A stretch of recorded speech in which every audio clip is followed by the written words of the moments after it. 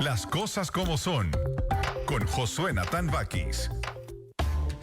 Que ya estarían listos para poder votar, ¿verdad? La ley, ¿verdad?, se denomina Ley Especial Justicia Transicional, Reparación y Reconciliación Nacional. Así se llama la ley. Así completamente ese nombre que yo le he dicho. Entonces, estamos expectantes de qué es lo que vaya a ocurrir.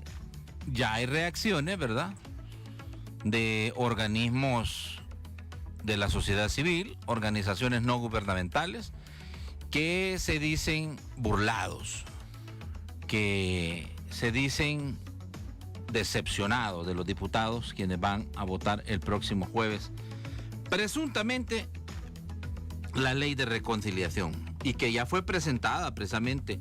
Hoy conversaba con la diputada Milena Mayorga y dice que ella consiguió ya una copia de esta ley, de este anteproyecto, lo está estudiando, pero no está lista para votar porque tiene que estudiarlo y tiene que conocerlo. Ojalá que todos los diputados tengan una copia y que analicen bien qué es lo que van a votar, ¿verdad? O analicen bien si no van a votar y si no van a votar, razonar por qué no van a votar. Pero aparentemente como que los planetas ya estarían alineados. Pero bueno, para platicar de este tema, me da muchísimo gusto siempre dar la más cordial de las bienvenidas al coronel Antonio Castillo. Ustedes saben quién es el coronel, ¿verdad? Él está en calidad de retiro, pero también pues ha hecho sus pininos políticos, ¿verdad?, con con las diputaciones no partidarias, y estuvo trabajando en la Asamblea Legislativa también un ratito, ¿verdad?, con el diputado no partidario Leonardo Bonilla. Ahí era parte del staff de asesores del diputado Leonardo Bonilla, pero ya no, vea. No, ya no está. Ya no está ahí. Pero el gusanito de la política no se le quita, vea. Y creo que para el 2021 vamos a tener otra vez al coronel Castillo intentando, ¿verdad?, llegar a donde se toman las decisiones, siempre por la vía no partidaria, ¿verdad, coronel? Sí, buenas tardes, Natán, buenas tardes a todos los amigos que están en sintonía de este programa muy, muy bonito. Bueno, un saludo a todos, y venimos esta tarde para hablar de este tema tan importante de la Ley de Reconciliación Nacional, en el nombre correcto que tú diste. Y a la pregunta que me haces, sí, muy probablemente su servidor va a correr como candidato a diputado. Todavía está pendiente la modalidad que yo elija, ya sea que lo haga con un partido político o que lo haga a través de una candidatura no partidaria. Bueno, como siempre, las pláticas con el coronel Castillo nos caen como anillo en trompa de cuche, ¿vea? Y esta no va a ser la excepción, precisamente porque estamos a 48 horas de que los diputados puedan aprobar esta ley de reconciliación. Y si la aprueban el próximo jueves, esta tendría o se aprobaría 24 horas antes del plazo dado por la Sala de lo Constitucional. Bueno, ¿qué es lo que ordenó la Sala de lo Constitucional? ¿Qué es lo que debían acatar los políticos? Número 1, verdad. Establecer centro de memoria histórica con acceso a archivos militares para darlos a conocer, salvo en caso que sea confidencial. Justicia. Establecer penas de delitos de lesa humanidad y crímenes de guerra que se pueden reducir bajo ciertas condiciones. No repetición. No regularía el papel de las Fuerzas Armadas y la policía, y se prohibiría el reconocimiento a condenados por crímenes de guerra, como es coronel Domingo Monterrosa, ¿verdad? A él, el presidente nomás llegó a la silla presidencial, ¿verdad? Ordenó que se le quitara.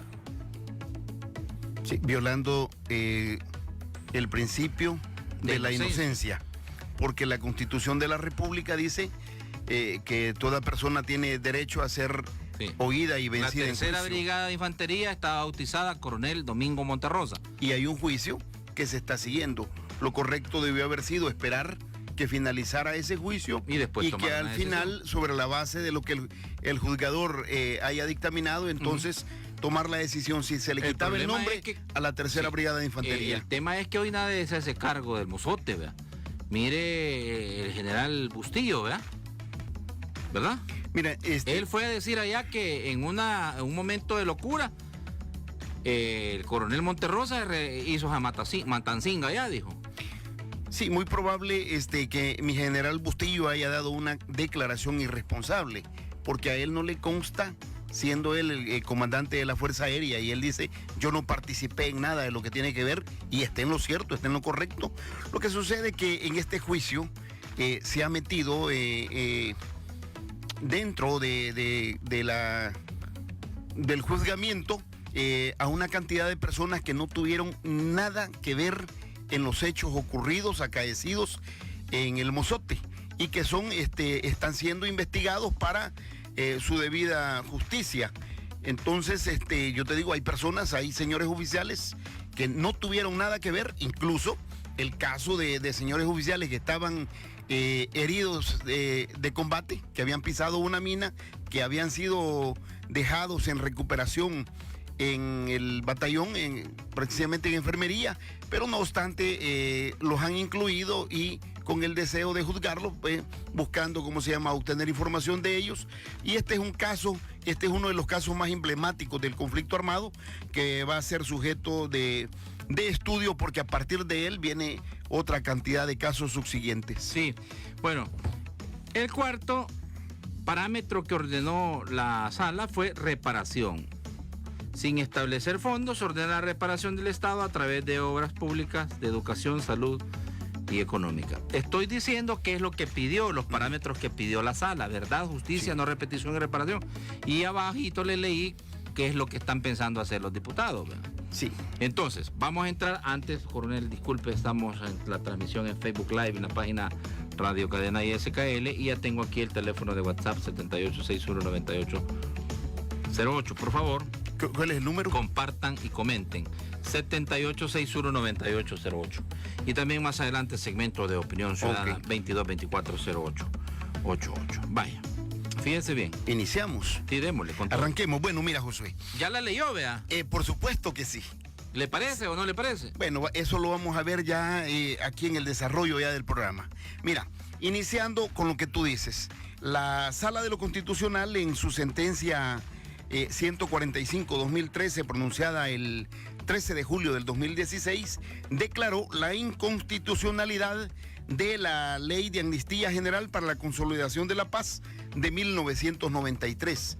A raíz de ello, se le ordena a la Asamblea Legislativa que tiene que elaborar una nueva ley de reconciliación nacional, y a la base de ello es que la Asamblea Legislativa ha elaborado, ha estado trabajando en reuniones con víctimas, en reuniones con los firmantes de los acuerdos de paz, con exmiembros de la Corte Suprema de Justicia, Sala de lo Constitucional, precisamente también con las víctimas del conflicto armado, y un detalle muy particular, con algunas víctimas que nunca habían sido escuchadas. Cuando tú dices, la sala le ordena que haga una nueva ley y que regule sobre la base de la justicia transicional, que tiene los 4 pilares que tú has mencionado: el conocimiento de la verdad, la reparación de las víctimas, las garantías de no repetición, que son pilares fundamentales de los 4 pilares que se sostiene la ley de justicia transicional. ¿Qué es lo que la Asamblea Legislativa ha hecho? Bueno, lo que ha preparado la Asamblea Legislativa es lo siguiente. Primero, sobre la base de ello, ha creado un documento que va a ser sometido a estudio, a consulta de las diferentes fracciones parlamentarias de la Asamblea Legislativa, en la cual este documento, así de forma y de carácter general, contiene los principios generales que regulan la nueva ley que ya no se llama Ley de Reconciliación Nacional, sino que se llama Ley Especial de Justicia Transicional, Reparación y Reconciliación Nacional. Esta ley, que contiene así en términos generales, lo que contiene son las disposiciones generales dentro de esta se encuentran los principios rectores. ¿Cuáles son estos? La ley en un inicio comienza hablando de la centralidad y participación de las víctimas. Es por ello de que, y por primera vez en la Asamblea Legislativa, aquí la palabra víctima se ha acuñado y se la han apropiado para hacer referencia a todas aquellas víctimas del conflicto armado, pero particularmente casi, en su exacta mayoría, las víctimas de la izquierda. Ahora, por primera vez, tuvimos a las víctimas del otro lado que nunca habían sido escuchadas. Entonces, voy a desglosarte más o menos cómo está contenida esta ley. Tiene sus principios generales, donde habla de la centralidad y participación de las víctimas, habla de un principio de integralidad. Disculpe que lo interrumpa. Porque si no, no nos va a ajustar los 50 minutos. Te lo iba a resumir en 5 minutos. No, 4 artículos. Dale. El primero, el juez podrá reducir la quinta parte de la totalidad de las penas a imponer si el procesado reconoce su grado de participación, pide perdón a las víctimas, colabora a esclarecer los hechos, aporta pruebas para ubicar a las víctimas. Ok. ¿Ese es uno? Sí. ¿Ese le parece a usted? Mira, por eso es que te digo que era bueno que al menos en 3 minutos viéramos el contexto esquema, general. El contexto general, pues, para llegar a ello. Bueno, tiene el principio del debido proceso, la imprescriptabilidad para que precisamente en lo que relaciona crímenes de guerra y crímenes de lesa humanidad son imprescriptibles, la universalidad, el principio de la legalidad, la individualización de la participación de los responsables en graves hechos cometidos, el principio de la inocencia, que también debe ser reconocido, el principio de la seguridad jurídica, que es muy importante en nuestro país, y el principio de la transitoriedad, que establece que esta ley no es una ley permanente. Luego, para ello, la ley crea un título 1 que habla del Sistema Nacional para la Verdad, Justicia y Reparación, donde se va a crear un Consejo Nacional para reparación de víctimas, integrados por Fiscalía General de la República, Ministro de Hacienda, Ministro de Salud, Ministro de Educación y 4 representantes que tienen que provenir, 2 de organismos de la sociedad civil y 2 de organismos que corresponden a organizaciones que tienen que ver con que velan por las víctimas. Además de ello, la Procuraduría para la Defensa de los Derechos Humanos va a tener reuniones con voz y sin voto, y de igual forma también la Universidad de El Salvador. Se va a crear el registro de víctimas, donde lo importante de esto es que hay unas que ya entran de por sí, que son las que están registradas de acuerdo al decreto ejecutivo número 204 del 23 de octubre del año 2013, el registro de víctimas del ICFA que se agrega, y el régimen especial para víctimas del mozote. Luego habla de la memoria histórica, de las garantías de no repetición y medidas de reparación integral a las víctimas, donde se va a crear un fondo de reparaciones que puede ser que donde la víctima opte por cuotas de indemnización o por una indemnización por una tan sola vez. Luego viene, aquí comienza ya la parte más complicada de la ley, cuando tiene que ver con la obligación de juzgar y el derecho a la verdad, que es del cual tú estabas mencionando, Josué. El artículo 58 de esta ley, que va a ser sometida a estudio, contiene lo que son los crímenes de lesa humanidad, los crímenes de guerra, y la forma de cómo la Fiscalía General de la República va a tener 6 meses una vez presentada la denuncia para considerar si esto cumple con requisitos que tienen que ver con que cumpla con los requisitos del estudio en mención. Si no los cumple, pues va a tener 6 meses más para ser investigado, y si aún así la Fiscalía considera que esto no lo cumple, entonces la víctima va a poder acudir ante un juzgado de paz para que sea a través de un proceso judicial que se desarrolle la obligatoriedad del juicio en mención. Ahora, tú te fuiste de una vez directo a las penas, José, y ahí me gustaría retomar esa parte. Sí, dice artículo 66, el juez podrá reducir la quinta parte de la totalidad de las penas a imponer si el procesado reconoce su grado de participación, pide perdón a las víctimas, colabora a esclarecer los hechos, aporta pruebas o a ubicar a las víctimas. ¿Qué le parece ese artículo del anteproyecto de ley? Bueno, que se podría aprobar el próximo jueves. Esta es la parte quizás la parte que ha sido más como puesta en denuncia por las organizaciones que velan por las víctimas de los derechos humanos, y es donde refiere precisamente el artículo 76, y que dice que el juez va a poder reducir a la quinta parte la totalidad de las penas a imponer, previo a haber escuchado a las víctimas, y si la persona procesada cumple con cualquiera de las condiciones siguientes. Dice que reconozca expresamente su grado de participación sobre los hechos, que pida perdón a las víctimas y que colabore con el esclarecimiento de los hechos en la medida que le fuere posible para ubicar el paradero de otras víctimas o sus restos, o ubicar pruebas de ello. Bueno, esto es prácticamente donde casi se encuentra contenido el corazón de esta ley, en la cual pues las organizaciones que velan por los derechos humanos de las víctimas han expresado su descontento y ya están solicitando que esta ley no pase en Asamblea Legislativa, no sea votada. Pero yo te digo, va a ser difícil, muy difícil, Josué. A partir de un punto, y mira esto, y cómo es que hay víctimas que sí van a ser seleccionadas y otras no. O sea, ¿vale la vida de una víctima más que la de otra? Sí. ¿Cuál es el grado de selección o aleatoria que se ha tomado para poder escoger cuál víctima sí y cuál víctima no? A partir de ahí. Vaya, pero el juez es el que va a tener ese criterio. O sea, un caso se le va a plantear al juez y el juez va a determinar, de acuerdo al grado de colaboración y con los requisitos mínimos que se están estableciendo, si reduce la pena o no. Digo, cuando usted dice, por ejemplo, ¿y por qué hay aquí discrecionalidad? ¿O por qué unos sí y otros no? Es que eso va a depender del grado de colaboración que tenga cada uno de los señalados en estos crímenes de lesa humanidad. Yo te digo, yo encuentro acá uno de los problemas en esta ley, y es que no va a cubrir a todas las víctimas del conflicto armado.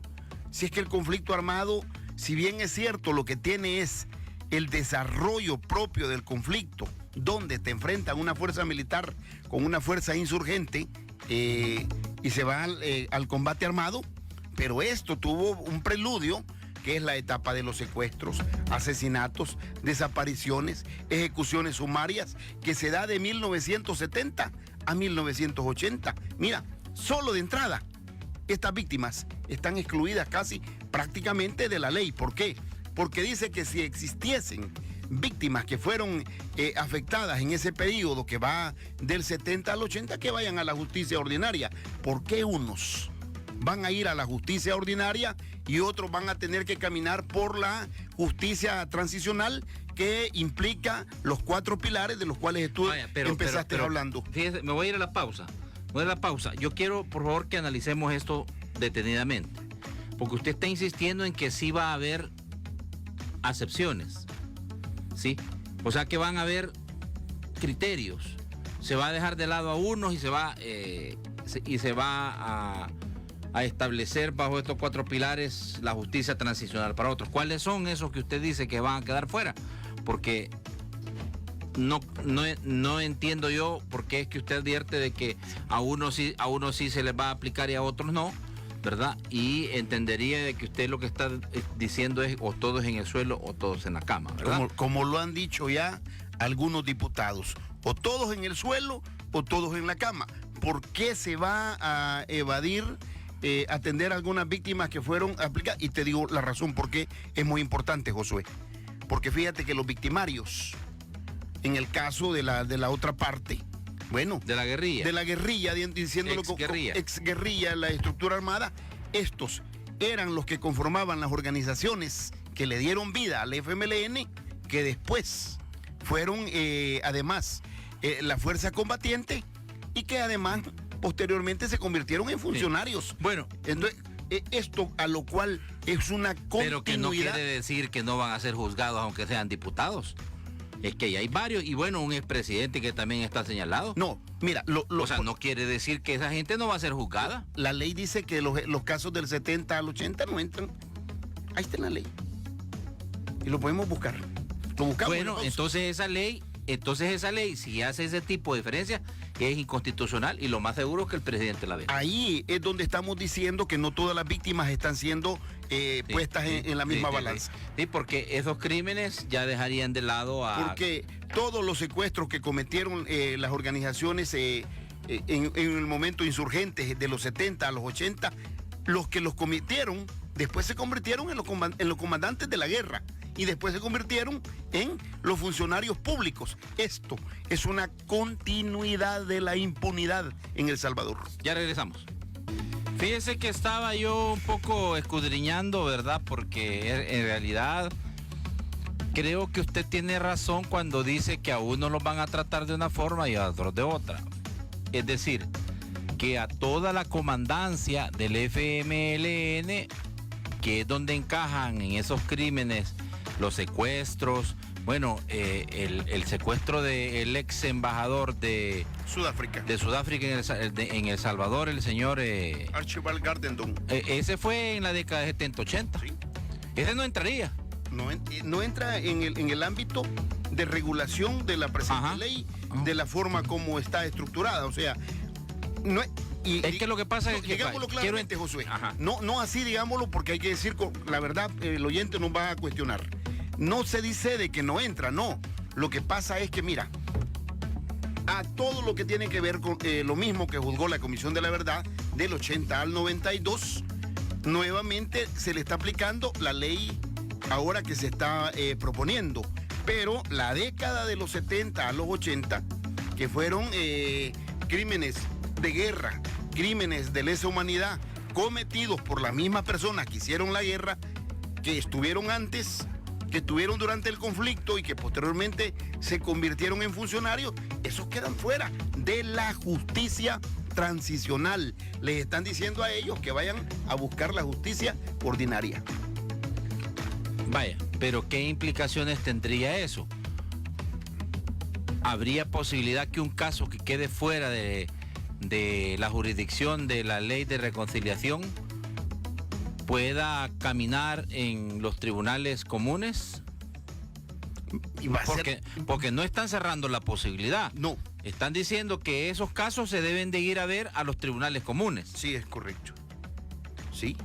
O sea, lo que te digo es, precisamente por eso entró un pliego de víctimas de la década de los 70 a los 80, porque un conflicto armado no revienta, mira, mañana va a comenzar la guerra. No, un conflicto armado tiene un preconflicto, el conflicto como tal y el post-conflicto. En el preconflicto se dieron los secuestros o los asesinatos y crímenes de guerra. En el conflicto como tal se dan ejecuciones sumarias, se dieron masacres, se dieron situaciones que tenían que ver con casos de crímenes de guerra, con crímenes de lesa humanidad. Y en el post-conflicto todavía seguían secuestrando. Si el secuestro de Guillermo Solván es ya terminado el conflicto, en la postrimería a la salida del conflicto. Entonces, si se va a hablar de que lo que se quiere y que el punto central de atención son las víctimas, aquí hay unas víctimas que están valiendo menos y hay unas que valen más. O sea, vale decir, o consignamos en esta ley todas las masacres, porque una de las características de la ley es que la ley es de carácter general. Entonces no podemos venir a hablar aquí y decir, y la ley se la estamos aplicando para masacre tal, con dedicatoria, diciéndole que regule esto. Entonces hablemos de todas las masacres. Bueno, mire, lo más seguro entonces, si hay ese tipo de consideraciones y se están haciendo excepciones, lo más seguro es de que aunque los diputados la aprueben, porque ya organizaciones de la sociedad civil ya dijeron que no están de acuerdo en esta ley porque no cumple con al menos 3 parámetros de los 4 que estableció la Sala de lo Constitucional. Entonces, si los diputados, a pesar de todo esto, sí, aprueban, el presidente va a vetar esta ley. Muy probablemente, yo creo que es el camino. Hoy a las 4 de la tarde en la Asamblea Legislativa va a haber una reunión donde muy probablemente se va a escuchar o se va a conocer cuál es la posición de las víctimas ante la ley. El día de ayer fue presentada ante el cuerpo diplomático y desde luego, mira, Sí, es que ayer fue que ya salió esto a la luz porque se la presentaron al cuerpo diplomático y ahí estaban los diputados que fueron partícipes de este evento. Y de ahí es donde sale el hecho de que ya estaría prácticamente lista la ley para ser votada en el Pleno. Primero, porque ya ellos tienen hasta el plazo fatal que se les vence y que es improrrogable. Pero es que no sabemos cuándo fue que trabajaron los diputados, porque de repente salen en una reunión con el cuerpo diplomático, con una ley que ya está lista, y qué parte nos perdimos de la película, pues. No, Josué, sí, la Asamblea Legislativa ha venido trabajando, mira. Primero, a puerta cerrada. No. Todo ha sido a puertas abiertas y ante los medios de comunicación, donde ha habido cobertura de todos los medios y de todas las diferentes agencias de prensa. En la primera parte, y esto es lo que tiene que ver con cuando se establece los principios rectores, con lo que tiene que ver las reuniones con las academias, universidades, reuniones con los firmantes de los acuerdos de paz, reuniones con expertos en derecho constitucional, reuniones con personal que podía colaborar en este tema, con asociaciones que tenían que ver con las víctimas.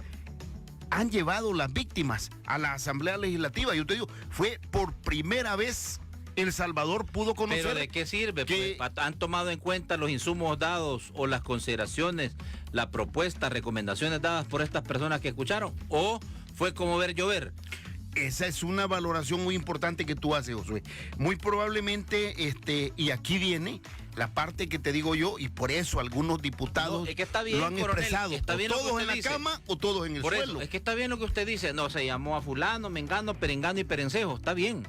No, eso era y nosotros lo vimos, que los diputados lo transmitieron hasta en la televisión legislativa. Por eso te quería decir de ahí que... no salió un señor diciéndole en la jeta a los del FMLN, pues que ellos habían sido los que habían realizado no una masacre. Ahí lo dijo un señor. Llegó una víctima y les dijo los primeros 4 fusiles que fueron entregados para la guerra, la responsabilidad. Es que mira, aquí se está hablando de los 4 pilares de la justicia transicional, que es verdad, justicia, reparación y garantías de no repetición. Por eso, ahí les dieron micrófono y les dijeron. Les dije, mira lo que le dijo una de las víctimas, le dijo, no, mira, y eso, aquí le dijo, la verdad le dijo es que la iglesia tiene mucha responsabilidad en lo que pasó en el conflicto armado. Los primeros 4 fusiles los entregó el padre Rutilio Grande a mí, lo repitió 3 veces, a mí, yo lo fui a recoger de él.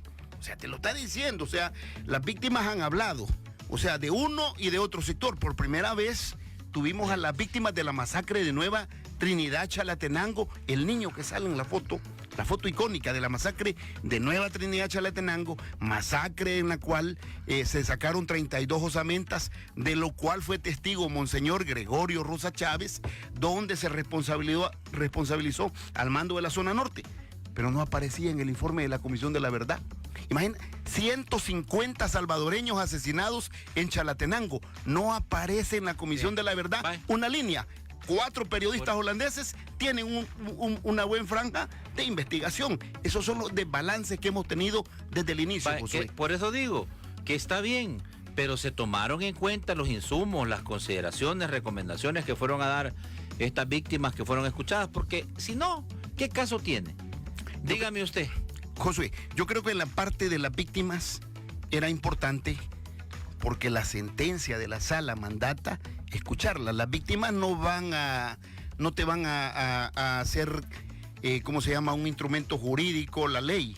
No, lo que sí es importante que sepas es de que estas víctimas existen, que son sujetas de derecho a ser consideradas como tales en la nueva ley, para conocer la importancia de la garantía de no repetición de estos hechos lamentables que vivió nuestro país. Pero bueno, es que lo que yo le estoy diciendo es que hay organizaciones como Tutela Legal del Arzobispado, como Cristosal, como Probúsqueda, que no están de acuerdo en esta ley que se va a aprobar presuntamente el próximo jueves, porque dicen que no cumple con al menos 3 de los 4 parámetros que estableció la sala. ¿Y sabe qué? Todas estas organizaciones que tú has mencionado nunca velaban por las víctimas del otro lado. Aquí pareciera que las víctimas solo son las víctimas del mozote, que lo son. O sea, si es que se investiga qué es lo que ha pasado, las víctimas que Es una cantidad grande. El IDUCA, los diputados escucharon a las víctimas, pero no atendieron sus recomendaciones. ¿Y cuál puede ser la recomendación, José? ¿Sabe para qué se va a escuchar a las víctimas? Primero, porque en ese acercamiento con la víctima tenemos la primera aproximación al conocimiento de la verdad. Segundo, porque estas víctimas requieren y demandan justicia, y en este caso el Estado salvadoreño, a través de Sala de lo Constitucional, ha determinado que sea justicia transicional restaurativa la que se va a aplicar. Tercero, porque a estas víctimas va a existir un mecanismo de reparación y que a consecuencia de ello se va a crear, ¿cómo se llama?, la obligación del Estado de crear un fondo de reparaciones. Y por último, porque estas víctimas van a solicitar también que existan garantías de que esto no se repita, y por eso es que la ley contempla de que se conozcan de estos casos en el Sistema Educativo Nacional de Educación Básica, Educación Media, y que posteriormente más adelante se le solicite a Educación Superior también que sea del conocimiento. Lo que debe quedar bien claro es, ¿entran todas las víctimas o entran víctimas aleatorias? A partir de allí ya se le falló a las víctimas, porque estamos determinando que unas víctimas valen más y otras no. Y entonces siempre va a existir algunas personas que no están siendo consideradas dentro de la ley, y eso es lo que creo yo de que es muy importante, porque si vamos a hablar de la atención a las víctimas, es o todas en la cama o todos en el suelo. Bueno, me ha quedado claro que a su juicio de valor, si se aprueba tal como está, no sería una ley justa, no sería una ley correcta y tampoco cumpliría con los parámetros dados por la Sala de lo Constitucional. Usted lo está diciendo. En cuanto a los parámetros, eso hay que verlo, porque sí la ley lo considera. Tal vez en la parte que tiene que ver con la justicia, que es donde tú mencionabas el artículo número 66, Ajá. que es el que tiene que ver, bueno, a partir del artículo 61, donde habla del tipo de juzgamiento que se va a hacer, donde habla de que existe una excepcionalidad y que la detención administrativa va a ser lo excepcional más posible. O sea, ahí comienza la parte más medular del problema de esta ley, y como te lo digo, no va a ser fácil encontrar ni satisfacer completamente, porque de igual forma te digo yo, bueno, y entonces, ¿cómo quedan todas aquellas víctimas que no han sido escuchadas? Yo tengo casos, sí, y cantidad de casos. Vaya, miren, en WhatsApp dice aquí una persona en WhatsApp: escucharon a las víctimas porque se los obligó la Sala de lo Constitucional, no porque ellos querían. Muy probablemente tenga razón, si ese es el mandato que le dio la Sala de lo Constitucional, que tenían que escucharse a las víctimas. Buenas tardes, Natán. En el conflicto armado existieron abusos por el ejército y la guerrilla. Mi tío era sacerdote en Santiago de María, Usulután, y el ejército llegó a bazuquearle la iglesia por pensar que tenía ideología de apoyar a la guerrilla o al pobre, y la verdad no era así, dice. Voy con otro. Lo que Rutilio Grande entregó fue porque los habían dejado en la iglesia las armas. O sea que Rutilio Grande las entregó porque las habían dejado ahí en la iglesia. Hay un libro que se llama La Iglesia Popular Nació en El Salvador, que narra todo el proceso de cómo un sector de la iglesia que estaba alienado con la teología de la liberación, que estaba alienado con los jesuitas, que son los que estaban promoviendo esto, crean las comunidades eclesiales de base, y posteriormente esta gente es llevada a combate a la montaña. Natán, saludos. Una ley de reconciliación, ¿cómo puede salir bien si los mismos involucrados en la guerra están poniendo sus reglas? Así como la guerrilla y el ejército deberían ser personas neutrales. ¿Algo de razón tiene? Sí. O sea, ¿cómo usted que fue parte del conflicto armado va a estar ahora haciendo una ley para que lo jodan a usted? Precisamente por eso en un momento determinado mi general Vargas le decía al partido FMLN: ustedes durante la amnistía fueron amnistiados, ahora no pueden convertirse en jueces sobre otros, ¿sí? Y sobre todo porque te digo, el ejército... La percepción que ha quedado ahí es que toda la comandancia del FMLN va a quedar bien librada bien galán, y a los que van a fregar son a los que ejecutaron las órdenes que ellos les dieron. O sea, a la gatada, pues. Natán, en este país, en el conflicto armado salvadoreño, los únicos que han respondido ante la justicia han sido los miembros de la Fuerza Armada. Mira el caso de las monjas, las 4 monjas marignolas asesinadas en el cantón Santa Teresa, pagaron 30 años de cárcel. Veamos el caso de los jesuitas de la UCA. Fueron condenados y entraron en un proceso, y tenemos a un señor coronel como el único hombre que está pagando, que está preso en este momento por toda la guerra sufrida en el conflicto armado salvadoreño. Sí, pero en la ley de amnistía fueron arropados también. Sí, pero como viene la derogatoria de la ley, por eso es que mi coronel Benavides Moreno se encuentra ahora resguardando prisión, y es el único. Nadie habla de los escudos humanos utilizados por el FMLN, incluidos los del Mozote, dice. Es un tema bien complejo que demanda más de una sola entrevista, Natán, tocar ese tema, el proceso como digamos ahí. Definitivamente. Vale, teléfono pues. Vamos al teléfono, buenas tardes. Hola, hola. Adelante, mi amigo. Sí, yo le doy la razón al coronel, estoy escuchando el programa. Sí. Yo creo que debe de ser parejos para todos. Todos valemos iguales ante la ley. ¿Por qué van a valer unos más y otros menos? Muchas gracias. Gracias a usted. Gracias, amigo. Más llamados al 2224-0888. Buenas tardes, Natán. Saludame a mi coronel Castillo y dile que lo saluda un buen amigo que lo vio cuando ascendió a coronel en la 6ª Brigada de Infantería de Usulután. Gracias. Muchas gracias, un saludo. Buenas tardes. Hola, buenas tardes. Adelante, mi amigo. Sí, mira, yo quiero opinar respecto al tema, hombre. Es que la verdad de las cosas de que yo fui un excombatiente, ¿va? No es porque yo lo haya sido, pero la verdad de las cosas de que los crímenes que cometió la Fuerza Armada, de los efectivos dentro de ellos, no los cometimos nosotros. Hay que aceptar la derrota, que ellos acepten. La verdad, con el respeto que le tengo al señor coronel que está allí, él sabe muy bien que los crímenes que cometieron ellos, nosotros no los hicimos, porque hay varias masacres grandísimas que ellos los hicieron.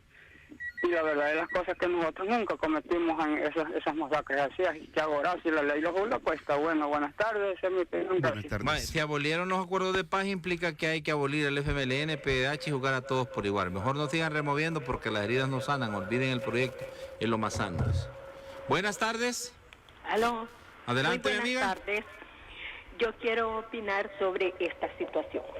Yo creo que lo correcto es cerrar ya estas heridas y no estarlas abriendo, porque la Fuerza Armada lo que hizo fue defender la patria, porque había unos guerrilleros que querían atacar. Entonces aquí o todos se van al suelo o todos en la cama, pero no hay que estar enjuiciando a militares por algo que estaba en ellos. No es que ellos quisieran ir a matar a la gente, era defender la patria. Así es que esa es mi opinión. Gracias, señora. Muy amable. Los últimos llamados, pues. Buenas tardes. Hello. Buenas tardes, mi amigo. Buenas tardes. Sí, un saludo y felicidades al programa. Adelante. Gracias. Solamente yo estoy de la opinión de que se deberían de juzgar a todos por igual. Esa siempre ha sido mi opinión. Así es que ahora opiniones de que la Fuerza Armada defendía la patria, eso es bien, bastante de discusión, pues porque en realidad casi no fue tan así. Pero siempre opino de que debería de juzgarse a todos por igual. Ahora, yo escucho más que la izquierda es la que promueve sus víctimas. Pues entonces la derecha que promueva lo suyo, pues y ahí estamos. Vaya, si tenemos uno más, lo evacuamos. Oiga, nos dejó en espera, ¿eh? La musiquita no pudo. Bueno, tengo más comentarios aquí en WhatsApp, pero ya nos vamos despidiendo. ¿Más llamados? ¿O ya? No. Vaya, no. Ya. Vaya, coronel. ¿Qué tal? Agarremos El último, pues. Sí. Buenas tardes. Don Natán, buenas tardes. Adelante, mi amigo. Gracias. Con todo, pues. Bueno, quería decirle, si es conmigo, quería decirle verdaderamente que la Fuerza Armada estaba para defender a todos nosotros, a los que nos dejábamos indefensos. Pero para empezar, los curas fueron los sinvergüenzas cuando adiestraban a las masas de las cooperativas para llevarlos a ensayar para que destruyeran la Fuerza Armada, los ricos y todo, y hacer de ricos ellos y que el pueblo fuera pobre. Bye. Bueno, ves que queremos el conocimiento de la verdad. Va a pasar por mucho tiempo este país. Y yo te digo, mira, Josué, vamos a pasar 50 años más viendo este problema, que era algo que más reconciliación teníamos, en la cual ya un gobierno de izquierda había llegado al poder, llegaron a las alcaldías, llegaron a la Asamblea Legislativa, ganaron el órgano ejecutivo y no hubo ningún problema, se consolidó la democracia.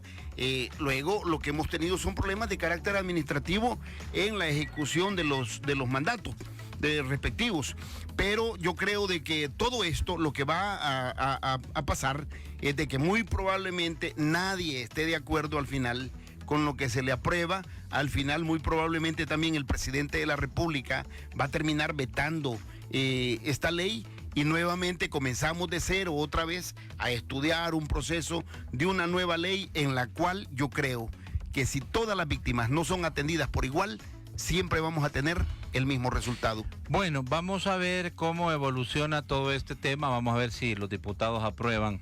El jueves no tienen tiempo, no tienen tiempo, ¿verdad? Entonces vamos a estar pendientes de lo que los diputados en la Asamblea Legislativa vayan a aprobar. Yo siempre muy agradecido, coronel, porque viene a decir las cosas como son y bueno, en la medida de las circunstancias lo requieran, seguiremos demandando de sus opiniones. No, gracias, Josué, a ti, al programa, a tu equipo, al staff que tienes acá. Decirte que en la medida que Dios me lo permita, vamos a seguir diciendo las cosas como son. Cuando se lance como diputado me viene a dar aquí la primicia, oye. Aquí lo vamos a hacer también, vamos a compartir la primicia del lanzamiento de candidato a diputado para la elección 2021, si Dios me lo permite y el pueblo me apoya. Bueno. Mañana no tenemos programa porque hay jornada deportiva. Tome nota, por favor, ¿verdad? Pero los dejo en buena compañía con don Carlos Aranzamendi, ¿verdad? ¿Quién juega mañana? No sabemos. ¿No sabes? ¿Vos? El Alianza. ¿No? El Alianza va a jugar. ¿Quién vos? Vení a decirme, hombre, Sarmiento. La tarde poderosa. La tarde poderosa. No, la tarde poderosa es la que viene ahorita, pero lo que queremos es quién juega mañana a la hora de 2 a 3 de la tarde. Ahí está. Ah, ya sé. Va a jugar Limeño versus Chalate en Santa Rosa de Lima. Ese es el partido que se va a pasar aquí. Sí, KL dice. Tan bueno, gracias, Sarmiento. Ahí está todo. Es lo único que quería saber. Quedan con don Carlito Aranzamendi mañana. Yo regreso el jueves para seguir abordando los temas de interés de la ciudadanía. Pórtense bien, que nada les cuesta. Ustedes me conocen. Yo soy Josué Natán Baquis. Buenas tardes para todos.